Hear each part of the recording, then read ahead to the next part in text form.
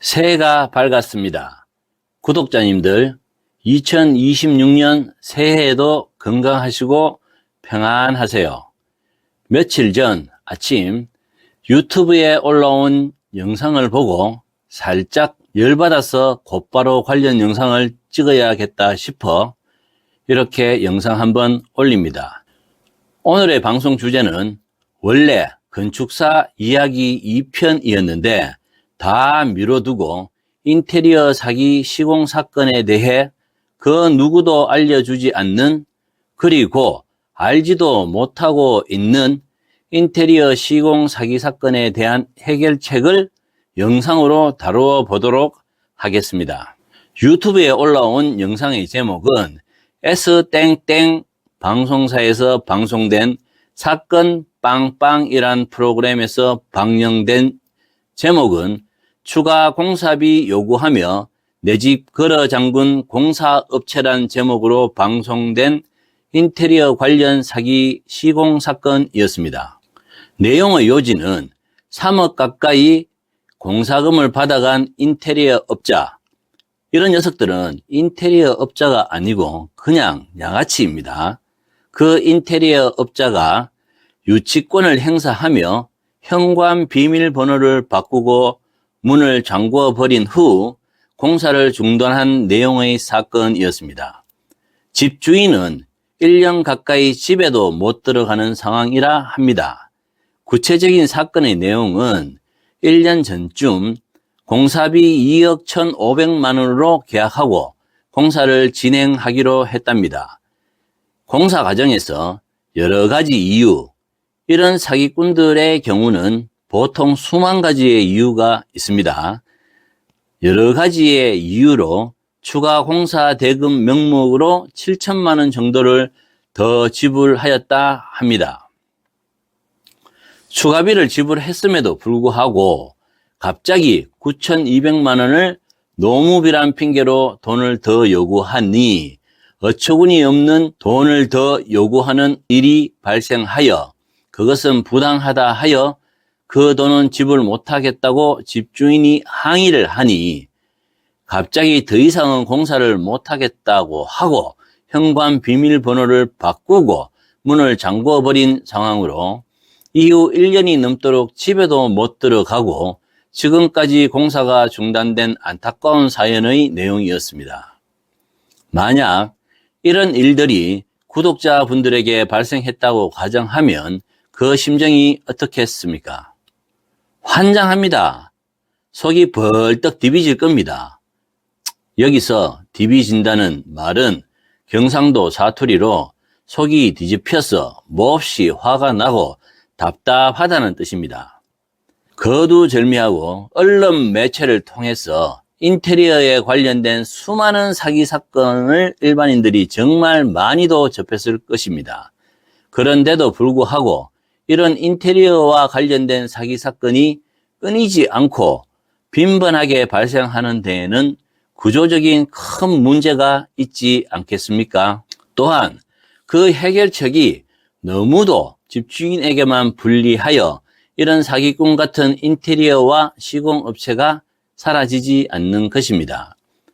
이러한 구조적인 큰 문제들을 해결해 줘야만 일반인들이 더 이상 인테리어를 진행하면서 사기를 당하는 일들이 줄어들 것입니다.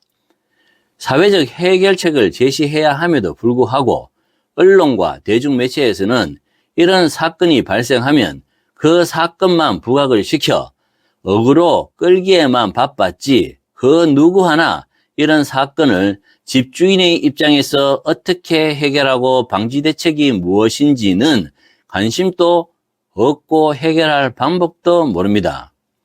이 사건의 S땡땡 동영상을 보시면 아시겠지만 사회자 옆에 출연한 몇 분의 변호사조차도 어떠한 해결책을 제시하지 않고 있으니 옆자리에 변호사는 왜 나온 건지 참으로 한심하기까지 합니다.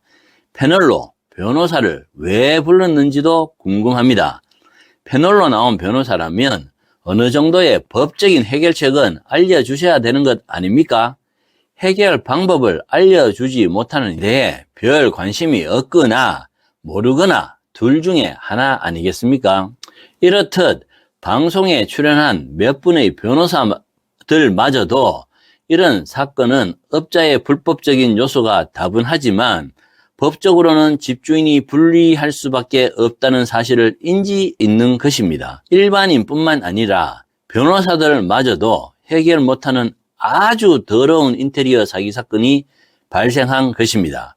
방송을 보니 집주인이 변호사를 고용하여 법적으로 처리한다고 하는데 과연 변호사의 도움을 받았을까요?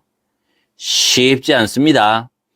해결이 되었으면 방송에 나오지도 않았겠지요. 이런 유형의 건축과 인테리어에 관한 사기 사건은 변호사를 선임하신다면 담당 변호사가 일단은 형사 전문 변호사여야 유리해집니다. 건축과 인테리어 사기 사건을 전문으로 다뤄본 경험이 있어야 합니다. 그냥 일반 변호사에게 사건을 맡기면 자기들도 뭐가 뭔지 잘 모르고 어떠한 절차를 거쳐야 해결될 것인지에 대해서도 잘 모르는 변호사가 아마 태반일 것입니다. 선임된 변호사에게 조 감독이 알려진 내용의 소송 절차를 공유하시면 됩니다. 훨씬 더 유리해집니다. 요즘은 굳이 변호사를 선임하지 않고 나 홀로 전자소송을 진행하셔도 됩니다. 그렇게 어렵지 않습니다. 처음 접하는 내용이라 불편할 수도 있겠지만 법원에 가시면 내용들은 잘 하시면 됩니다. 잘 모르는 내용들은 법원에 가시면 문서와 절차에 대해 알려주시는 공익 변호사 또는 법무사 분들이 항상 대기하고 있어서 물어보시면 됩니다. 제가 이번 사건에 대한 속 시원한 해결책을 지금부터 제시해 드리겠습니다.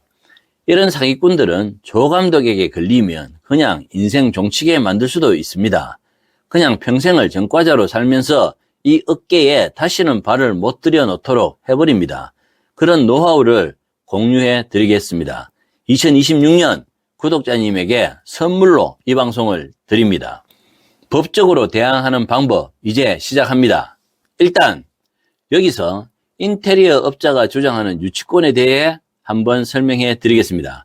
유치권이란 민법 제320조의 적용을 받으며 그 내용은 타인의 물건을 점유하고 있는 자가 물건에 대한 채권을 변제받을 때까지 해당 물건을 반환하지 아니할 권리를 말합니다. 유치권이 성립하기 위한 요건이 있습니다. 그 성립 요건, 첫 번째, 점유의 정당성입니다. 두 번째, 채권과 목적물의 관련성입니다. 세 번째, 채권의 이행 지체입니다. 이 요건이 발생하면 행사할 수 있는 권리이며 대다수의 인테리어 현장은 이러한 성립 요건을 거의 다 충족하는 것처럼 보이는 경우가 많으므로 자, 여기서 중요한 사항은 충족한다가 아니고 충족하는 것처럼 보인다는 단어입니다. 보이는 경우가 많으므로 유치권은 공사 관련 시공자나 인테리어 업자에게는 아주 강력한 자기들만의 방어수단이 되는 것입니다. 그래서 까불어들 됩니다. 여간해선 이러한 유치권은 법으로 뚫리지 않습니다. 이렇게들 믿습니다.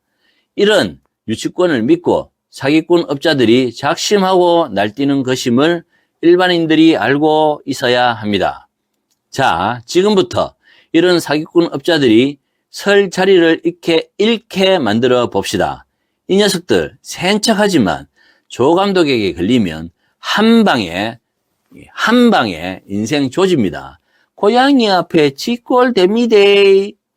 구독자분들이 만약 이런 종류의 살해 사건이 발생했다면 우물쭈물 거릴 여유 없습니다. 이런 류의 인간들은 설득으로 해결 안 됩니다. 대화로 하자면 더 센 척합니다. 바로 법으로 가셔야 합니다. 변호사를 선임하셔도 되고 개인이 직접 나홀로 전자소송을 진행하셔도 됩니다.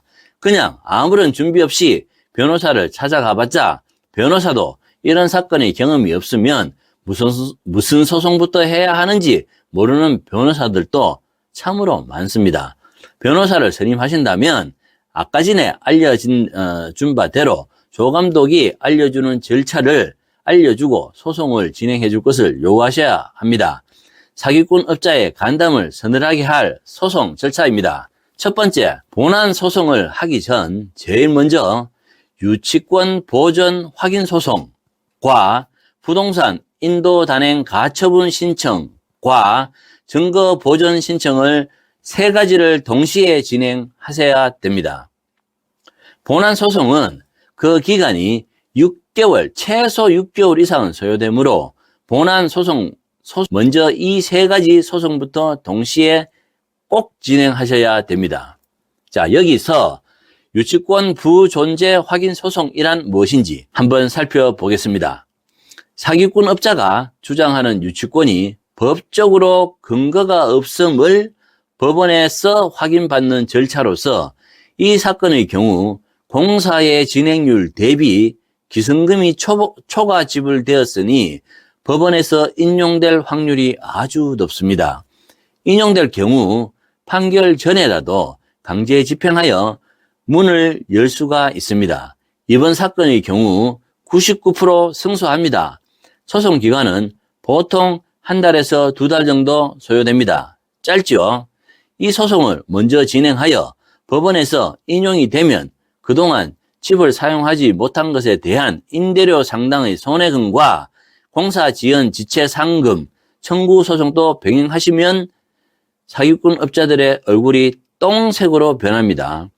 이 순간부터 상황이 완전 역전되는 순간입니다. 지금부터 사기꾼 인생 완전 가루로 만들어 봅시다. 잠궈버린 문을 법적으로 열 수 있게 해주며 그때부터 업자가 반대로 집 안으로 못 들어가는 역상황이 되어버려 사기꾼 업자가 그때부터 대래 겁먹고 사색이 됩니다. 그런데도 불구하고 무단으로 들어오면 무단 침입죄로 형사고소하시면 됩니다. 그 다음으로 부동산 인도 단행 가처분 신청에 대해 설명드리겠습니다. 이 사건의 경우 이미 계약금보다 많은 돈을 지불했기 때문에 사기꾼 업자가 가질 채권이 전혀 없으며 오히려 초과 지급된 상태이므로 인용이 되기 쉽습니다.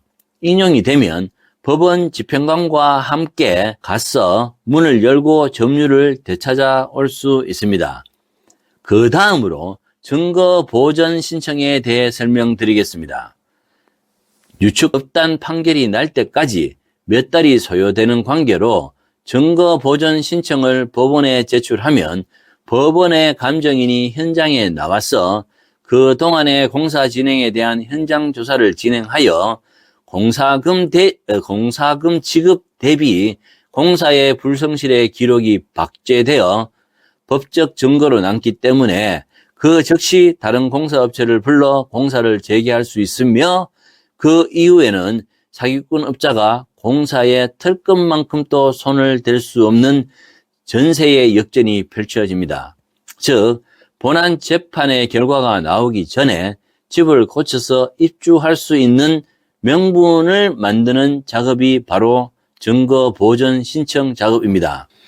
이 세 가지를 법적으로 진행하시면 사기업자, 사기꾼 업자가 바로 꼬리를 내리고 태도가 달라질 것입니다. 이 내용으로 법원에서 모두 인용이 된다면 이 사건은 바로 공사대금을 횡령한 형사사건으로 전환이 될 것입니다. 그 다음으로 이 사기꾼 업자를 사기죄, 권리행사 방해죄로 형사고소하시면 됩니다. 이 정도 되면 이 사기업자 인생 쫑납니다. 이렇듯 아무 힘도 없을 줄 알았던 집주인에게도 이렇게 강력한 법적 무기가 있다는 사실들을 사회적으로 널리 알려주어야 이런 사기 피해를 미연에 방지할 수 있지 않을까요? 사기업자들은 이런 무서운 법의 심판을 받아봐야 됩니다. 이 정도로 일을 진행시켜 법의 심판대에 세우면 그 사기업자는 이런 사기를 두 번 다시 치기가 힘들겠지요. 평생 인테리어로 돈을 벌게 해서는 안 되며 업계에서 퇴출시켜야 됩니다. 그러면 소문에 소문을 더해 이런 사건의 발생이 줄어들 것입니다. 조 감독이 건축과 인테리어 감독 생활을 은 35년 하면서 이런 사기 사건 많이 보고 몇몇 개는 제가 직접 해결도 해준 적이 있습니다. 이런 유형의 사기를 당하지 않기 위해선 제일 중요한 방법이 첫 번째가 계약서 작성입니다. 건축과 인테리어 시공에 있어서는 계약서가 얼마나 중요한지 이런 일을 겪고 나면 압니다. 계약서만 잘 적어서도 이런 사건 발생할 수가 없습니다. 완전히 그냥 미연에 방지할 수 있는 계약서를 제가 한번 공개해 드리도록 하겠습니다. 자, 시간이 되면 건축 시공 계약서의 작성 요령 다음으로 바로 인테리어 계약서 작성 요령에 대해서도 방송해 드리겠습니다. 감사합니다. 도움이 되셨으면 합니다. 조 감독 이만 물러갑니다.